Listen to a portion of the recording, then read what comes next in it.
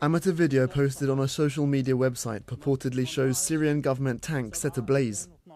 The footage, which cannot be independently verified by Reuters, shows the results of ongoing clashes in the capital Damascus between rebel fighters and state forces. Other video shows a line of covered bodies lying in a mass grave. Clashes also appear to have erupted near the Syrian government headquarters in the capital. Here smoke rises from buildings said to be the government cabinet offices. The fighting comes in the wake of an explosion on Wednesday that killed President Bashar al-Assad's brother-in-law, defense minister and a top general. On Thursday, Major General Robert Mood, the chief of the United Nations mission in Syria, condemned the attack. I expressed my condemnation of the attack yesterday to the Syrian government, and I call on the parties to end the bloodshed and violence in all its forms, recommitting to a peaceful solution to this conflict. The UN must now decide whether to extend its 90-day peace monitoring mission before its mandate expires on Friday, but the Security Council members are split over whether stronger action is needed. Simon Hanna, Reuters. As I mentioned earlier, the UN Security Council failed to pass a resolution that would have threatened sanctions against Syria's leadership. For more on what just happened at the UN, I'm joined now by RT correspondent Marina Portnaya from our New York studio. Marina, can you break down what this exactly means? Do you think that China and Russia not signing on to this Security Council resolution will slow down the democratic process, or could you argue that they're just ironing out the details in such a complicated situation here? Well, the reason Russia and China both used their veto power on this Western drafted resolution is because they said that it put all the pressure and called for sanctions on just the Syrian government.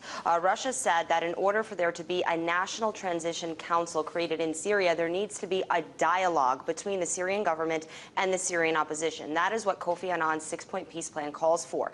And Russia's position is that if the international community is only putting the pressure and consequences on the Syrian government and threatening the Syrian government with sanctions if it doesn't meet its requirements of a ceasefire and other items laid out in the Kofi Annan six-point peace plan, then the armed opposition is not incentivized in any way to come to a negotiating table with the Syrian government. And at the end of the day, Russia and China said that we need to get both parties at a table to begin a dialogue, to put their weapons down and begin a dialogue. If the Security Council is just only punishing one side, then that is not going to happen. Clearly, it does not put a good light on the situation when the Security Council can't even agree and come to a consensus. But I think they still are trying to figure out a way to extend the UN supervision mission in Syria, which expires in less than 24 hours. And what will happen when that expires, Marina?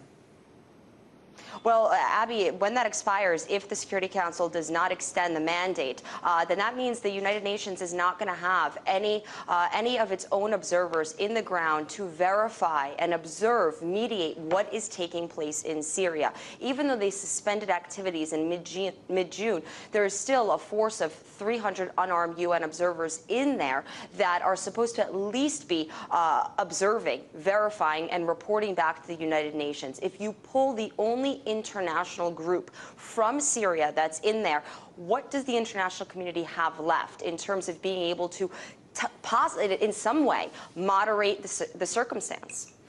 It does seem, Marina, that the opposition movement is growing and has, in light of the assassinations that happened yesterday, that it's kind of a turning point. So if they are indeed growing in their force, shouldn't it be up to the international community to really intervene and help this transition in a peaceful way?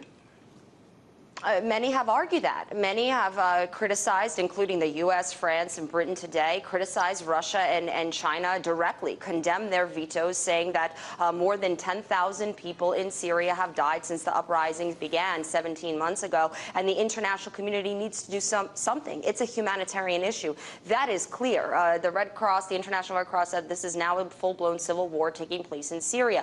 And Russia's taken the position, so has China. And we should mention South Africa Africa and Pakistan, because they abstained from the vote today in the Security Council. Those 4 countries, said that there's blame to be put on both sides taking part in the violence in Syria. Russia by no means is defending the Syrian government in any way at all. But the position that Russia's taking is that military intervention doesn't necessarily bring peace and make the situation better. And Russia and China and many other countries point to the circumstance of Libya that took place last year. There was, there was first sanctions and then a no-fly zone and then military intervention into Libya. And Libya right now, many would argue, is not in a better place than it was before Gaddafi was removed and Western countries, invaded with its military might. So at this point, Russia says there needs to be a better option. It can't just be with bombs flying from the sky. It has to be getting both parties that are participating in the fighting in Syria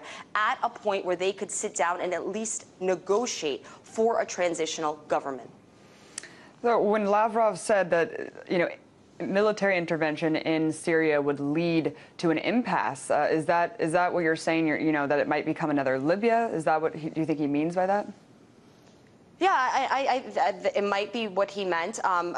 Foreign Minister Lavrov said a lot of comments with respect to Syria in the past few days. But we do know that Russia has made a position that this is Western countries are fighting a major geopolitical battle in the field of Syria that doesn't have everything to do with the Syrian people. Many believe that there's a bigger picture, there's a larger picture here, and that picture has to do with Iran. And this battle that's taking place is encroaching and moving more around Iran.